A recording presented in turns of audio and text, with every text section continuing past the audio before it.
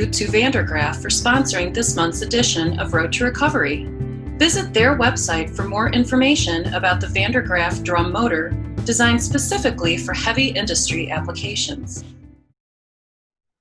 Well, hello again. Kevin Yannick here with Pit and Quarry. Pleased to be joined once again by my friend David Chereb of SC Market Analytics. David, great to see you again. Good to see you, Kevin. Thank you for having me. Absolutely.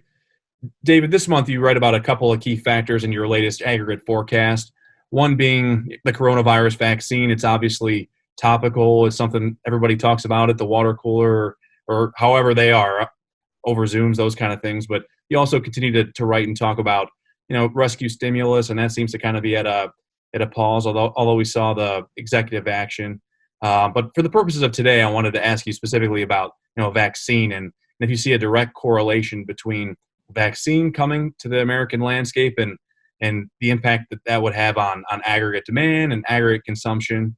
I'm not sure if there's a direct parallel there, but I'm sure there's a couple of links in the chain there that maybe you can kind of draw the two together. And do you see a vaccine kind of being an opportunity to really get the aggregate industry on a significant path upward? Is it an opportunity for the aggregate industry to surge once we see the vaccine, whenever that time may come? Well, it's certainly going to have a positive impact if we get an effective vaccine and effective treatments. Now, from everything we're all reading, the trials seem to be going well. So our forecast assumption is that we will have an effective vaccine by the end of the year and essentially have the most of the coronavirus problems behind us sometime during 2021. And if that's so, that's a record pace for getting something done, and it would be a great tribute to the medical community and researchers for being able to do almost like an Apollo program. And it's just amazing what they're doing. I hope it works. I think we all hope it works.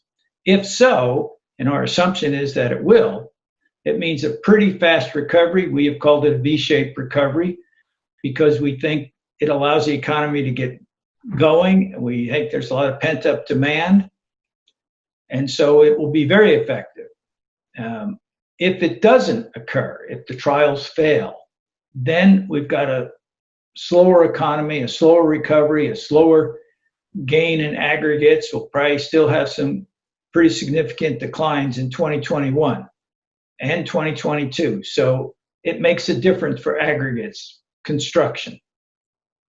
Yeah, so you put a lot of stock into that vaccine, and it really impacts the timeline, whether we can kind of speed the recovery up in 2021 or if it's just going to be a slow lull into even 2022, you're saying.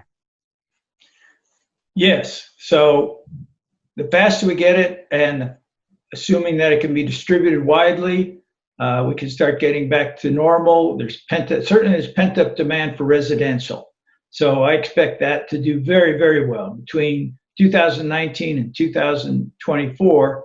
If we get an effective virus, I expect that segment of aggregates demand increase by about 22% overall.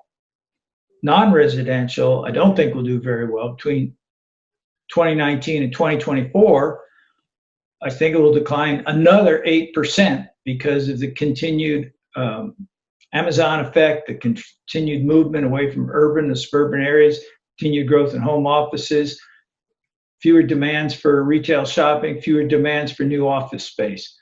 Non-building should increase about 6% overall, and that is, it's a double-edged sword. It helps it recover. We know we need some stimulus. We spent an awful lot of money in stimulus already, helping people directly. But one of the fuels for non-building is going to be state and local government budgets, and they're not doing so well. And even if we get a vaccine, they're still going to have trouble. Their retail sales are down. Some of their income taxes are starting to get hit, and so that's going to impact their area. Their property taxes are still doing well. Housing's holding up. Property taxes are doing okay. But overall, it means modest increases for non-building.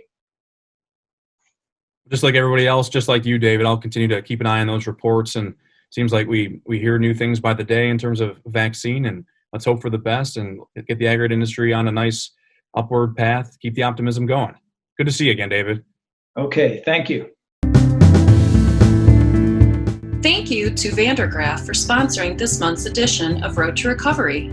Visit their website for more information about the Vandergraaf drum motor designed specifically for heavy industry applications.